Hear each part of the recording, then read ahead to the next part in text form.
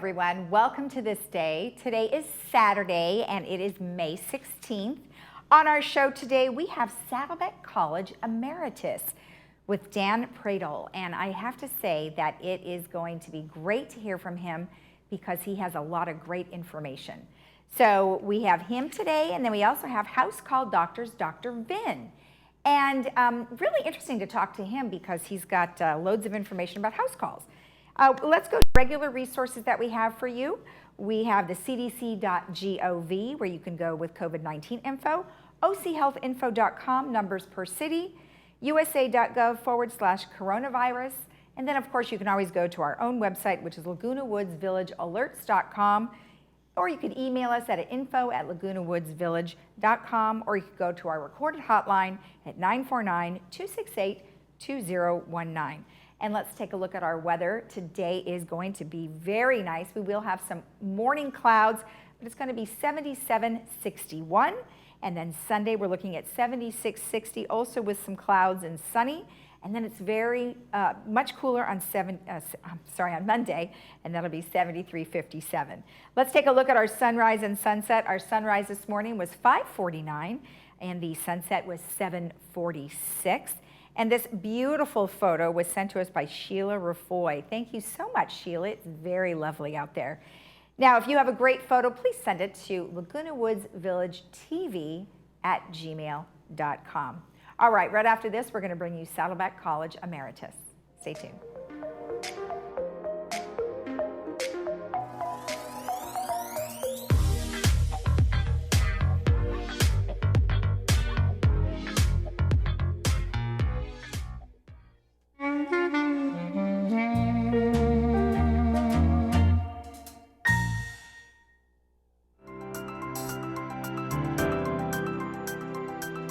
Welcome back. Well, today I am joined by Dr. Vin, and we are going to talk to him a little bit about his services that are unique. He is a doctor, but you don't necessarily have to go to a hospital to see him. Is that correct in the description?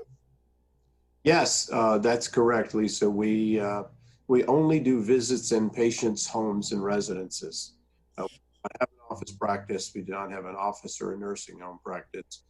Okay. For ourselves residentialists, with specialties for care within the walls of a patient's home.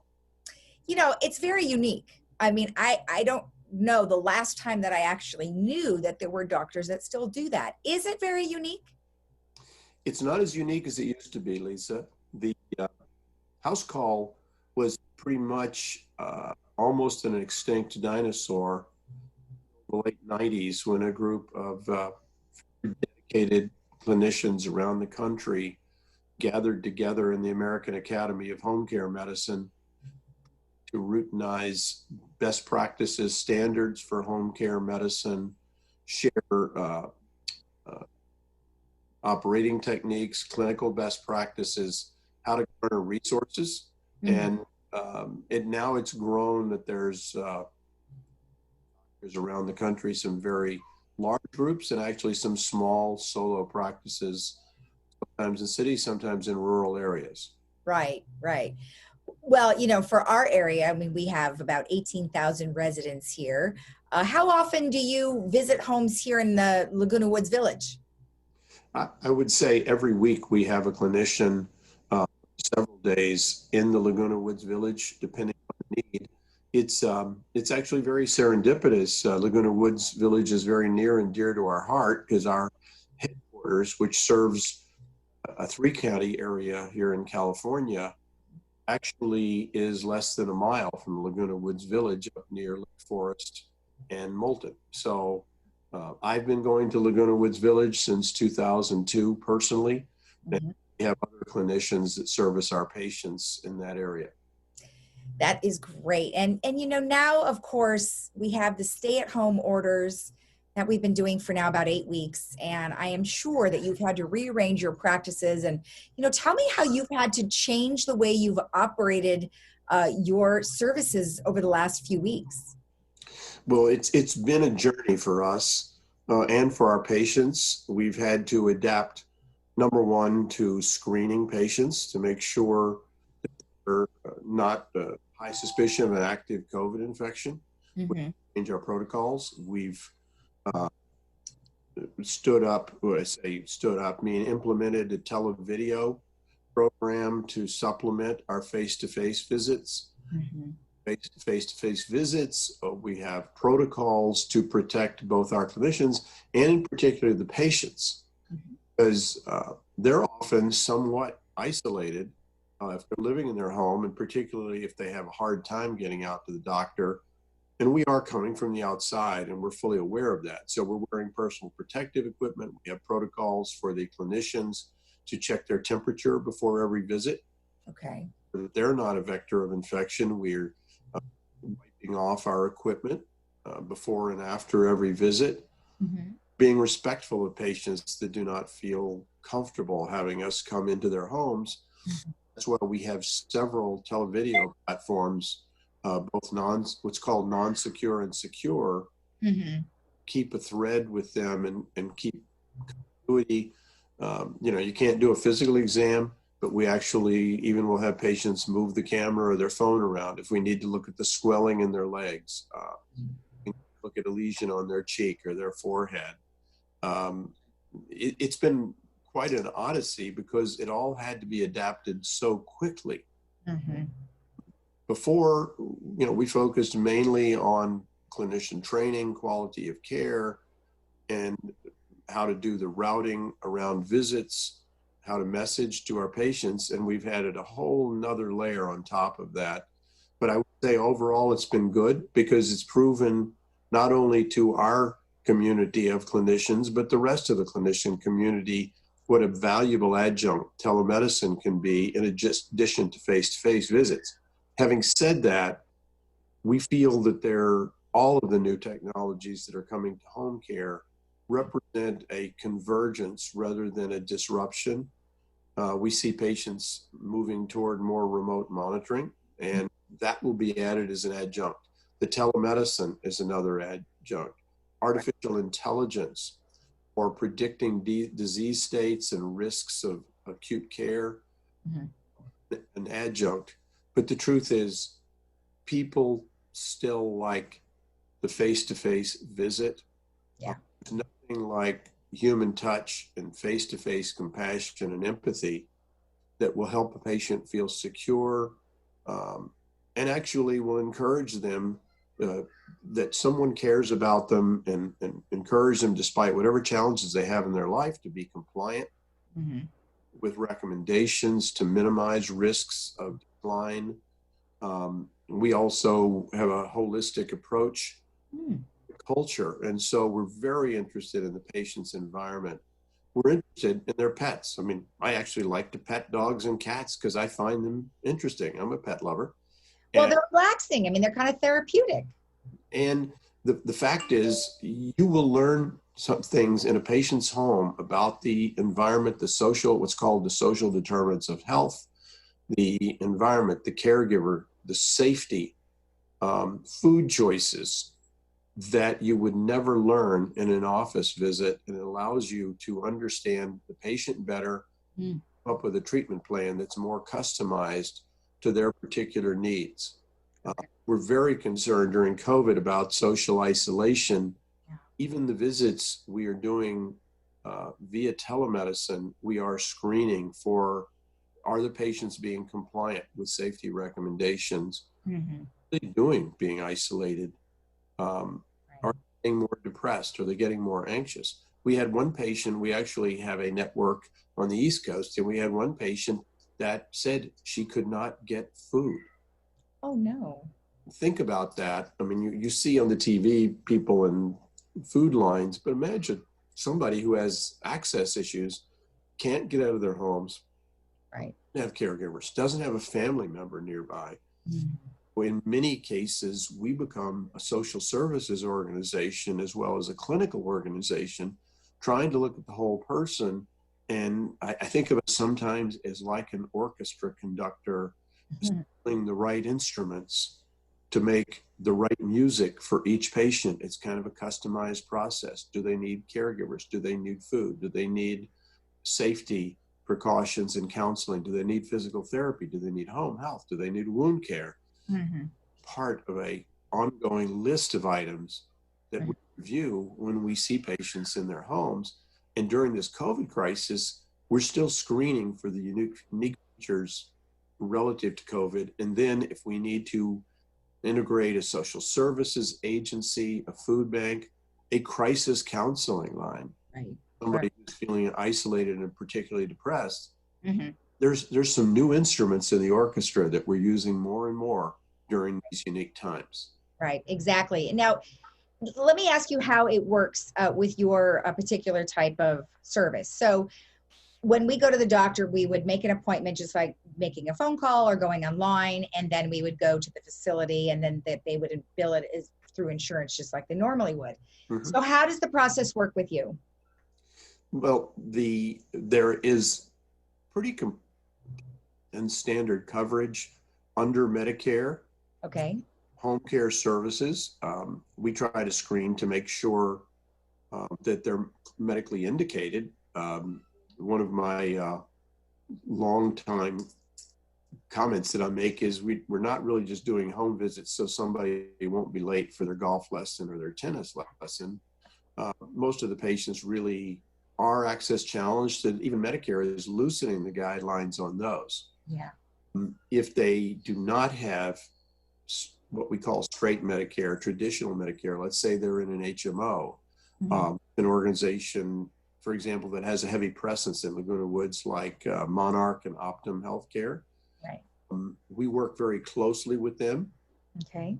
collaborate on patients that might benefit from the kind of services we offer in lieu of an ambulatory office visit. Mm-hmm. Mm-hmm. We don't work with all organizations, but there is a number of organizations, managed care organizations and groups that have a presence in South Orange County.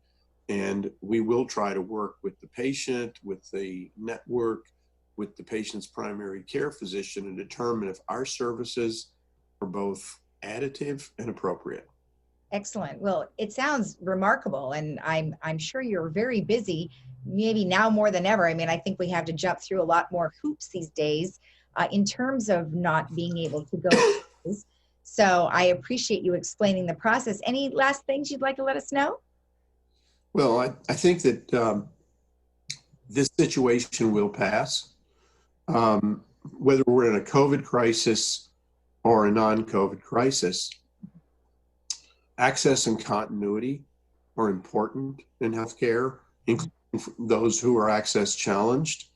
The important thing is understanding patient prognosis, the whole situation, whether you're the patient or the clinician, and that disease management is not the only issue that's important. It's quality of life. It's a sense of well-being and security and feeling that somebody cares about you. And whether it's us or another clinician or another practice, we know that that's important for patients. And I do think the patients should try to take advantage of that, because the people that do this kind of work generally are what I would call somewhat mission driven. There's probably a lot more convenient ways to practice medicine. Yes, yes. Well, that's great. Thank you. It's rewarding. Yeah. Well, thank you so much. I really do appreciate you taking the time. Very good. And thank you. Appreciate it, Lisa. You're welcome. And next time, hopefully we'll have you on and I'll be in the studio. Yes, we'll all have a different environment. This is true. All right. Thank you so much. Yeah. Have a good day. You too. Thank you. And we'll be right back after this.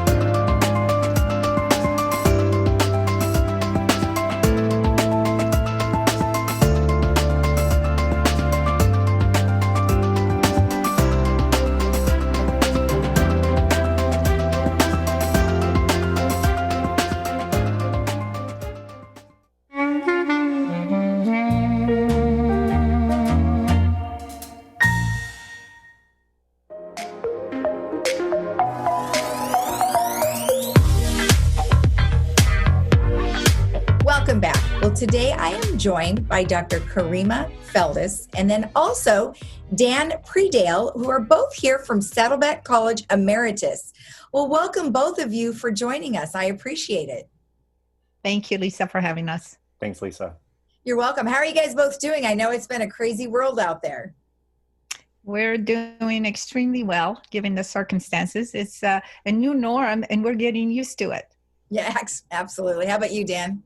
Yeah, found a new norm. We're so glad to be able to continue to serve all of our students, even from home. So really kudos to all of the members of the team there at Saddleback.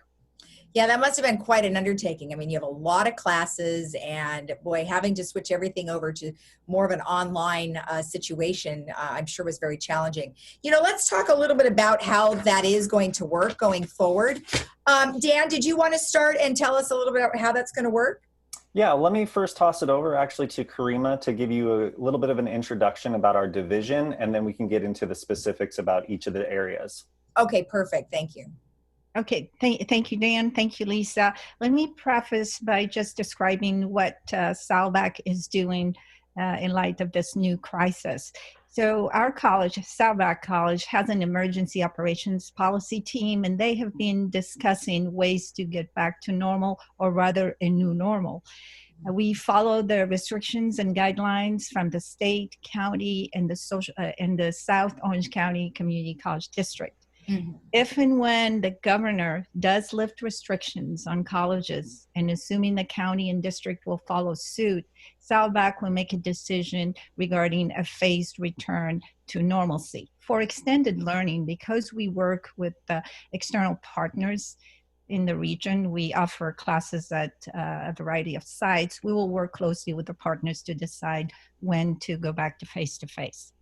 Okay. Our current priority, of course, our number one priority is the health and safety of our students and employees. Number two priority is ensuring learning continuity with integrity for all students. Extended learning is comprised of three major areas: emeritus, and then we'll talk more about his emeritus area; adult education and community education. Adult education offers classes for adults who want to learn English as a second language. We offer classes for adults with disabilities, and we offer citizenship classes. And we also have a program for students or community members seeking a high school diploma. So we have a robust high school equivalency program that serves about 300 students. For community education, we offer fee-based classes. And by the way, the adult education classes, they're all free, tuition-free, no cost. In some instances, we even provide textbooks and free textbooks. For community education, we offer classes for a small fee. They're fee-based for community members of all ages. Mm-hmm. We start with the pre-K or toddler parent classes, and we offer adult enrichment classes. Our flagship program, our community ed program, is College for Kids. So for this summer, we are suspending the face-to-face College for Kids that every summer served up to 4,000 kids. Mm-hmm. Now currently we're working on a plan to to reimagine our College for Kids and start a new online virtual College for Kids program. Right. Okay. Okay, great. And then Dan, your primary section is the Emeritus group? Yeah, that's correct, Lisa. So I serve as the assistant dean for extended learning, but my primary position is overseeing the Emeritus Institute. Okay. So as many Village residents are familiar with, the Emeritus Institute goal is to provide lifelong learning by providing classes that are academically rigorous, mentally stimulating, socially engaging, and health improving. And I am so proud to be able to say that our faculty have put in the extra hard work to ensure that those mission goals are still being accomplished even in an online format. Mm-hmm. Now, let's talk a little bit about some things that have changed. I mean, you have a lot of classes that have been switched over to an online situation.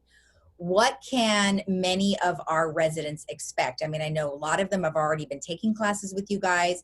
If they're new, what are some of the things that they need to know moving forward and taking classes starting in the summer? Great. Yeah. So the first thing to remember is that if you're a continuing student, registration opened for you on May 5th.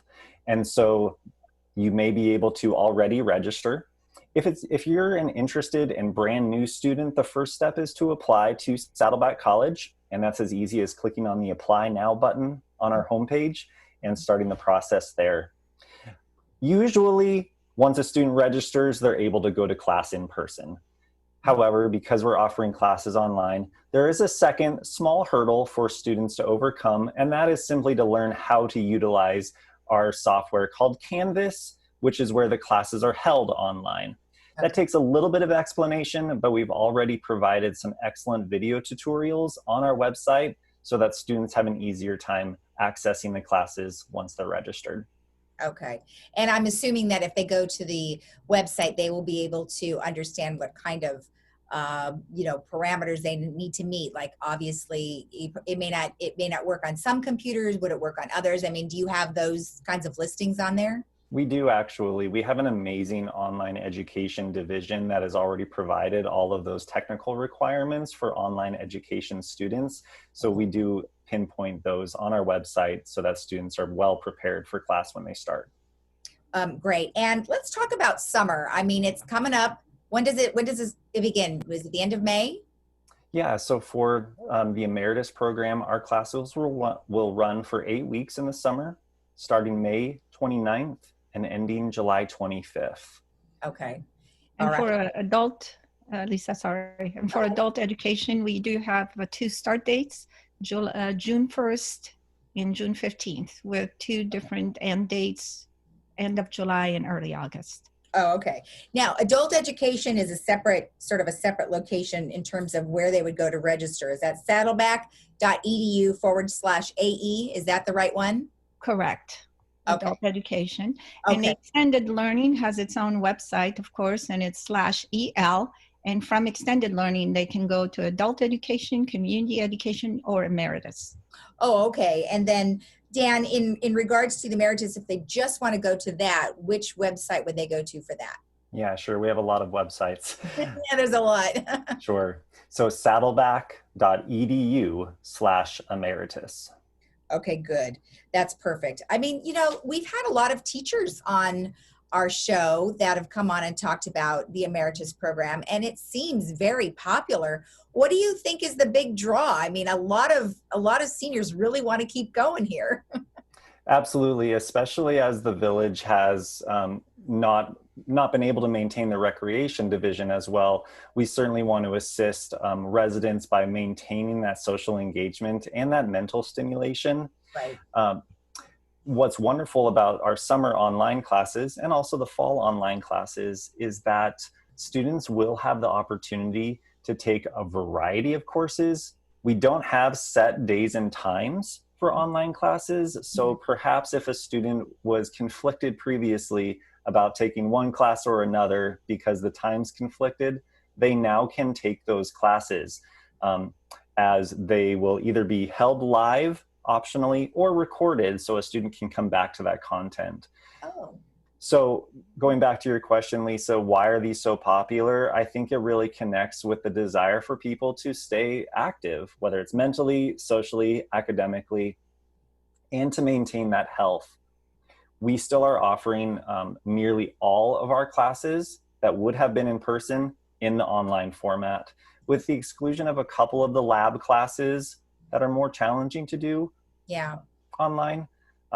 Nearly all the classes will still be offered. So those classes that are extremely popular will still be available. Okay, that's perfect. Just on a side note real quick, are you operating that way for regular students?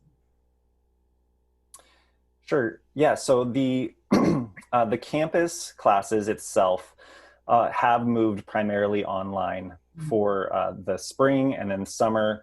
And we are considering some optional classes on campus, again, depending on how those items that Karima mentioned at the beginning work out. So as far as we are moving forward, the majority, 95, 99% will be online still.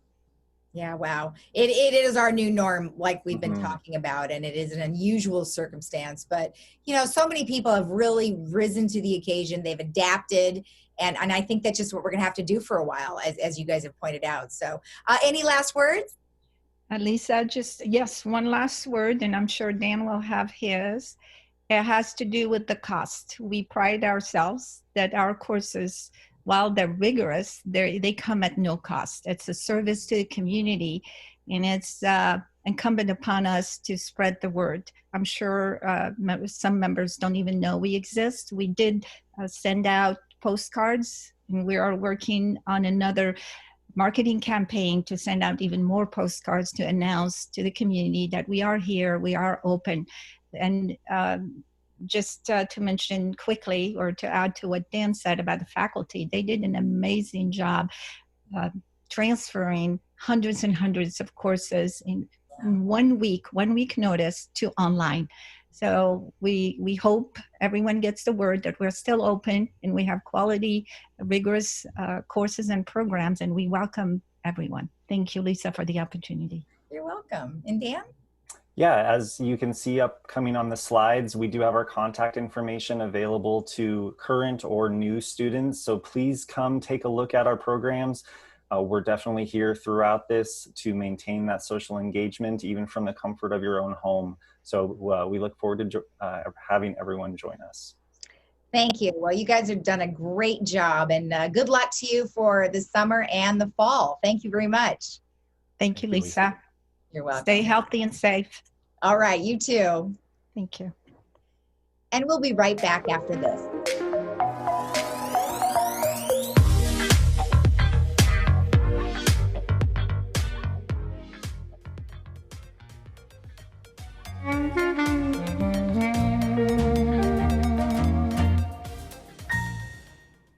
Welcome back. Today's movie is going to be 5 Feet Apart, and it's about 2 young adults who are in the hospital with cystic fibrosis. So I just wanted to let you know that the times will be at 3 p.m. today with subtitles and 6 p.m. without subtitles, and that movie is brought to you by Kaiser Permanente. Then we also have a couple of concerts for you. At 4:30 p.m. there's 2 different classical concerts. One is Verdi Rigoletto, and the other one is Verdi Nabucco, so you'll have to decide which one you want. You can see those at metopera.org. Then we also have Pickathon concerts at 1 p.m., which is through YouTube Pickathon. We have War Paint and Joseph, or excuse me, Sunday is Joseph, so you can check that out on Sunday. Let's take one last look at our weather. We've got gorgeous weather that is going to be in the 70s. We have 77, 61. Sunday, we have 76, 50, or 60. Then on Monday, we have 73, 57. So it's looking really nice for your weekend. You have a great weekend and enjoy the rest of your weekend. And we will catch you again on Monday at 9 a.m. Bye-bye and stay healthy.